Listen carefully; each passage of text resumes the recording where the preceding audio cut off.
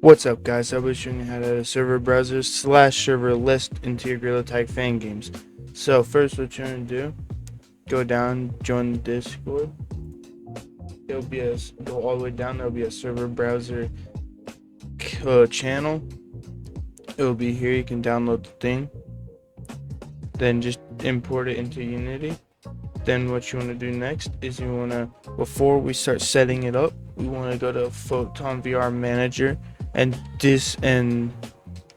uncheck the join room on Connect. Don't get rid of Connect on Awake. Leave this checked. Join room on Connect. You want to uncheck that. This will cause it so people won't be able to join or create lobbies, like custom lobbies, I should say. So after you've done that, you want to go to, this is if you want to add a poke interactor where you can click the buttons with your fingers, or UI buttons with your fingers. You want to click event system, and it would be like this: input system UI input module. You want to type XR input module. It'll be called XR UI input module. Then you want to remove the old one, and add this one. This will fix the poke interactor with Unity 6.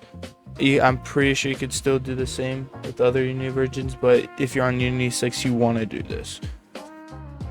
Next, we'll set up the Raycaster and all that. So go to your right hand, add a Ray interactor. You can also use a poke interactor, but you want to go to this timeline in the video first if you want to add a poke interactor, but we're doing Ray interactor first. So right click on your right hand controller and then click XR, and then go down until you find Ray interactor. It'll be this Ray interactor. You don't really need to change anything. This is it, but you can customize it with the line width and all that. Valid color, you can add a gradient to it, and that's really it. You don't have to change it much. But if you want to add a poke interactor, you want to click where your finger colliders are. I just have a sphere because this is a test scene, so I don't have much. What you want to do is you on your finger colliders, you want to go add component and then XR poke interactor. You want to add this, and you want to add an interaction manager. And if you don't have one, go back down to interact or add component and interaction manager. It'd be the XR interaction manager. You want to add that and then add it to there, and that's really it. But also, for any canvases you want to add, like a 3D space canvas, so I'll just do this canvas. You'll have a canvas here. You want to go add component, graphic, track device, graphic, raycast. You want to add this. You don't need to change anything with this. You can just leave it blank, but you have to do that to every canvas you want to add with a poke interactor, and that's how you set up a poke interactor. Finally, let's drag this.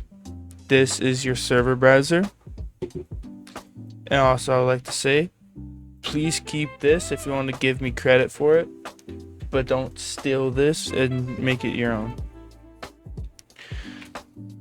You'll have a server browser manager. This is everything should be set up. If it's not set up, you can go look through this video. I'll be going through everything, and you can just copy what's on here. So you'll have the prefabs, or not prefab, but panels, which that's under menus. That's what it is. It's in the menus right here, and these are all your menus. I'll be talking about each one. So first, we got rooms menu. You have a create button, which this will bring you to the create lobby menu, which we'll talk about in a second. You have a private code, which this brings up a keyboard that looks just like this. It'll disable the scroll view as well, so there won't be servers showing. And players can type in the code that we will show you on the room menu to join private lobbies. And then we have the title of the menu, which doesn't really matter. Then we have status. This tells the player if something's working or not. Then you have the code. This will be where the code is going to be inputted, where they can click enter, and the code up here, when they click enter, it will join that code. And that's kind of it for rooms, or the room menu. You can just look and test it yourself if you want to see the prefabs and stuff, because I'm not going to show that. So let's move on to the create menu. We have a simple create menu, a back button that goes back to the server browser menu right here.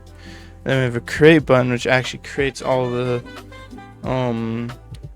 like settings you have right here into the lobby. So you have a player account, which the max is 16. It goes from 1 to 16. And then you can have either private or public. If you want it to be private, you just check the box. If you want to be public, then just uncheck it. And then the player can click create. That's kind of it for the create menu. Finally, we have the room menu. And with the room menu, the host has the option to kick people, but other people can't see the kick button, so it would be pretty nice. And then a leave button, which allows the player to leave the lobby. There is no start button or anything. This is just really just to get a server thing to replace the code computers. It works the exact same as them. There's no like start game or anything like that. You would have to make your own. But we have room name. It will be something like this. It would be like that. That's what it would show up as. It would be code, and then the numbers the other players would have to enter if they want to join like a private with their friends or something. But that's kind of like that. You have the leave button. Then this panel, it's just really just a background for the players and stuff, for the player names. Then you have the player container, which puts all the player names into a list. And that's kind of all there is with the menus. We'll talk about the prefabs with inside. So we have the player name right here. Then we also have the kick button, which the host can only see. The host also can't kick themselves, if you were wondering. That's kind of really it. That's it. We go to the room. You have the room name, and then the player count, and then a join button. This is a very simple system, not too advanced, but this kind of it. So hope this video helped.